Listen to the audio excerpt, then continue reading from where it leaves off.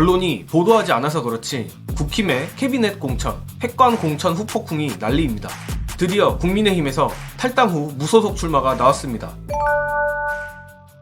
배종천 전 창원시의회 의장이 현역인 강기은 창원 성산구 단수공천에 반발해 국민의힘을 탈당하고 무소속 출마를 선언했습니다. 그동안 언론의 비호 아래 눈속임 경선과 핵관 공천을 일삼던 한뚜껑이의 미천도 슬슬 드러나지 싶은데 영남 공천이 본격화된 근 며칠간 국민의힘 공천 파동이 폭발적으로 나오고 있습니다. 특히 탈당 후 무소속 출마는 경남에서 이번 배종천이 처음이라고 합니다. 배종천은 오늘 기자회견에서 국민의힘 한동훈 비대위원장을 믿고 시스템 공천을 하겠다는 약속을 믿고 흑수저이면서 지방정치와 정당활동을 20여 년 동안 해왔던 자부심 하나로 22대 국회의원에 도전했다면서 하지만 단수 공천을 하는 것을 보고 국민의힘이 변한 것이 없다고 생각했다고 심경을 밝혔습니다. 하필 창원 성산은 노회찬 의원님의 지역구로 진보세가 비교적 강한 곳인데 이거 잘만 하면 정의당과 지역구 협상을 안 하고도 민주당이 생각보다 쉽게 딸 수 있을 것 같습니다. 뿐만 아니라 민주당의 경우는 언론이 침소봉대를 해서 커 보이는 거지만 공천 파동이 터져나오는 지역만 따지면 국민의힘이 훨씬 개판인 상황인데 어제도 말씀드린 부산 사상의 송숙희 예비후보는 장제원의 고속버스만큼은 아니지만 벌써부터 지지자들을 동원하고 있고 부산 진갑은 더 골 때리는 상황입니다.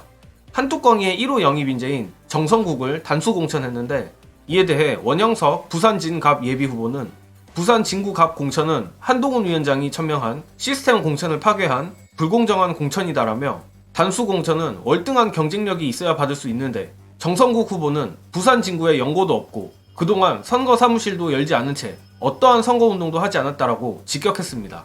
민주당이 만약 선거 사무실도 열지 않은 이재명 대표의 1호 영입 인재를 단수 공천으로 꽂았으면 어떻게 됐겠습니까?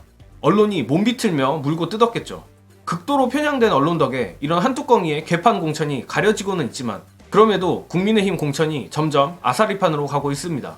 그리고 꿀잼 각인 부분은 아직 진짜 하얗고 TK 공천이 남았다는 겁니다.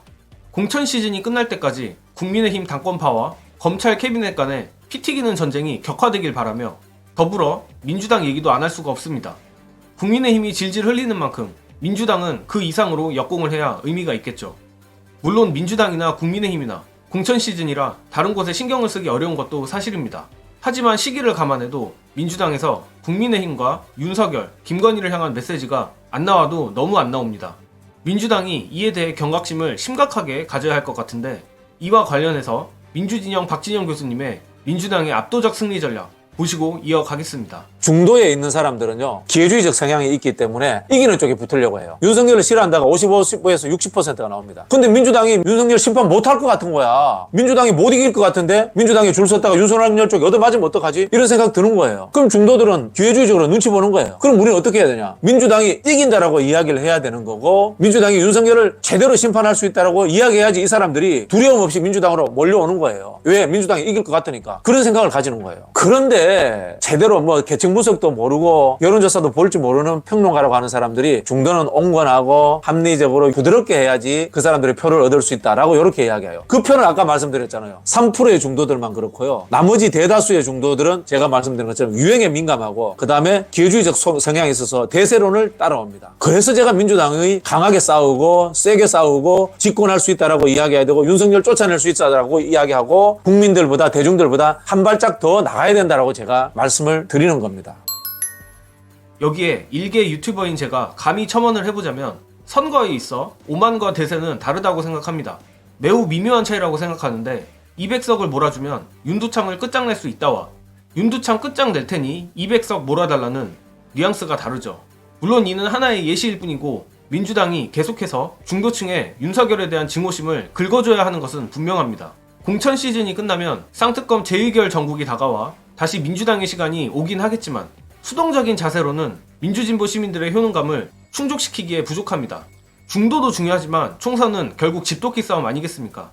공천 국면일지라도 민주당이 지지자로 하여금 효능감을 느낄 수 있는 행보를 하루빨리 해주길 바랍니다. 저는 이만 물러가겠습니다. 시청해주신 여러분 감사합니다.